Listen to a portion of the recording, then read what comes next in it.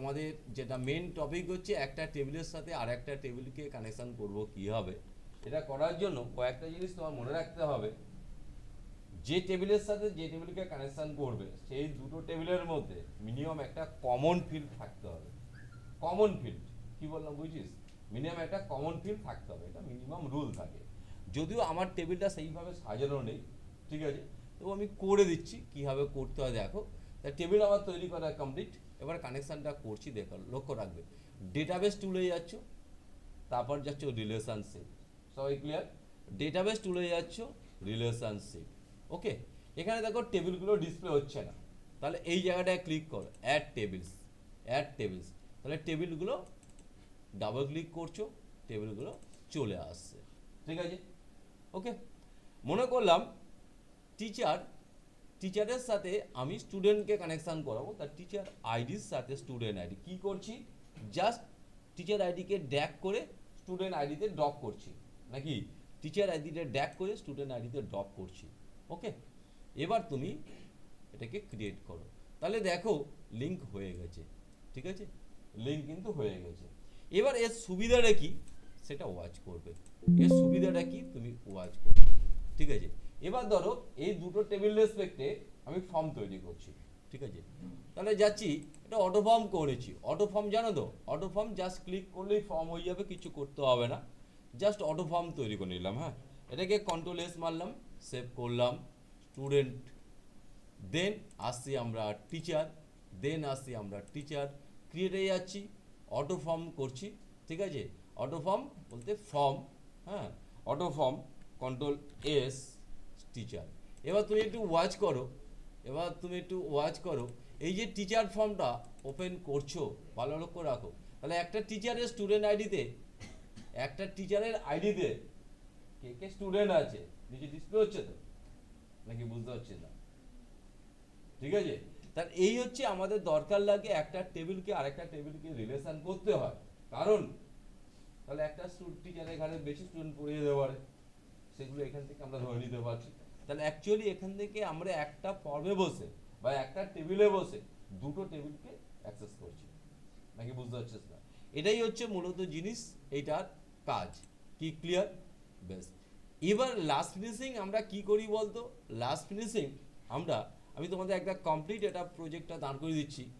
এবার আমরা সাধারণত ধরো আমরা মেন ফর্ম তৈরি করছি, হ্যাঁ, একটা লেবেল নিলাম, ঠিক আছে, লেবেল নিলাম, ঠিক আছে, ধর লিখলাম MAIN, main, FORM, main form, ঠিক আছে। এবার আসছি আমরা বাটন নিচ্ছি, হ্যাঁ, বাটন নিচ্ছি, ঠিক আছে, সবাই ক্লিয়ার? তা নিলাম ফর্ম অপারেশন, ওপেন ফর্ম, কোন ফর্ম ওপেন করছি? স্টুডেন্ট, ঠিক আছে, নেক্সট, তাহলে নাম লিখছি আমরা STUDENT, স্টুডেন্ট, ব্যাস, ঠিক আছে। নেক্সট আসছি আমরা আরেকটা বাটন নিচ্ছি, আরেকটা বাটন নিচ্ছি, বাটন আবার নিচ্ছি form operation, open form, open form, that is teacher, next, তাহলে লিখলাম আমরা টিচার, TEACHER, টিচার, ঠিক আছে, টিচার।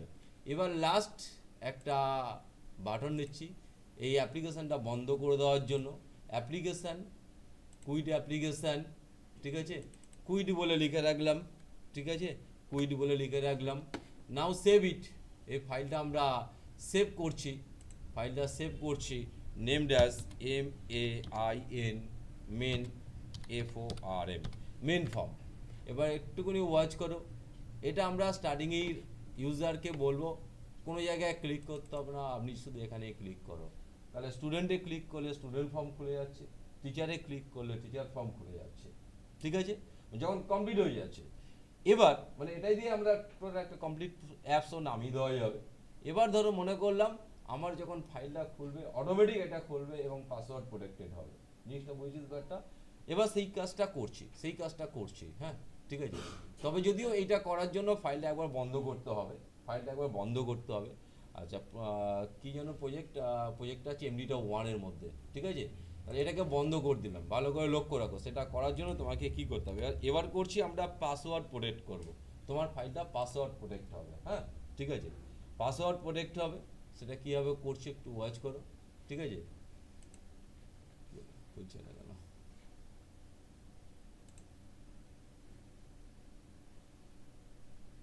আচ্ছা, এবার নর্মালি তোমরা ব্ল্যাঙ্ক ডেটাবেস করো, এখান থেকে ওপেনে ক্লিক করছো, এখানে নাম ডিসপ্লে হলো, এখানে ক্লিক করবে না, তাহলে কিন্তু পাসওয়ার্ড দিতে পারবে না।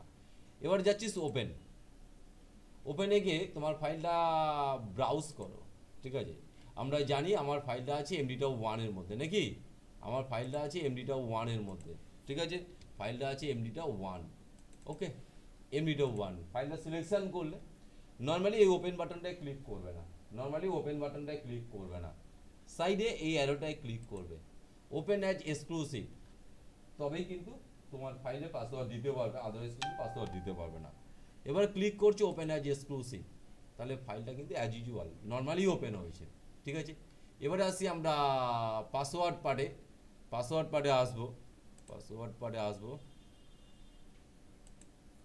ঠিক আছে? এই কোন মেনু বুঝতে পারছো কোন মেনুতে গিয়েছি, ঠিক আছে? এই মেনুতে আসছো, এই মেনুতে আসার পরে দেখবে অপশানসে আসবে, আচ্ছা দুটো কাজ করছি আমরা, পাসওয়ার্ড পার্টটা পরে আসি, আমার ফাইলটা স্টার্টিংয়ে আমার ফাইলটা খুলবে, সেই পার্টটা আগে করেছি। কারেন্ট ডেটাবেস, ঠিক আছে? ডিসপ্লে ফর্ম, এখানে লিখলাম আমরা মেন ফর্ম, আমাদের মেন ফর্মটা অটোমেটিক খুলবে, এটাকে সেই ব্যবস্থা আমরা করে দিলাম, অটোমেটিক মেন ফর্মটা খুলবে, এটা ফার্স্ট এটা করলাম। এবারে পাসওয়ার্ডের পার্টটা আসেনি, পাসওয়ার্ডের পার্টটা দেখছি, পাসওয়ার্ডের পার্টটা আসছি,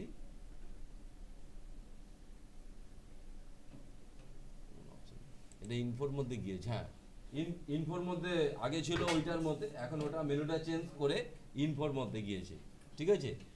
বুঝছো একটা? তাই এবারে করবে এনস্ক্রিপ্ট উইথ পাসওয়ার্ড, তাহলে পাসওয়ার্ডটা কার মধ্যে আছে বুঝছো? ইনফরমেশনের মধ্যে, এনস্ক্রিপ্ট উইথ পাসওয়ার্ড। এবার একটা তুমি পাসওয়ার্ড দিয়ে দাও, দাও লিখলাম 1 2 3 4, আবার ভেরিফাই করছি 1 2 3 4, দেন ক্লিক অন ওকে, ঠিক আছে? এবার লক্ষ্য রাখবে এই ফাইলটা যখনই ওপেন করতে যাবে, এবার ফাইলটা তুমি ওপেন করতে যাও, তাহলে এই ফাইলটা, ঠিক আছে, ওপেন করতে যাও, পাসওয়ার্ড প্রোটেক্ট, ঠিক আছে? তাহলে পাসওয়ার্ড দিয়ে দিলাম 1 2 3 4, ওকে, অটোমেটিক কিন্তু ফাইলটা খুলে গেছে।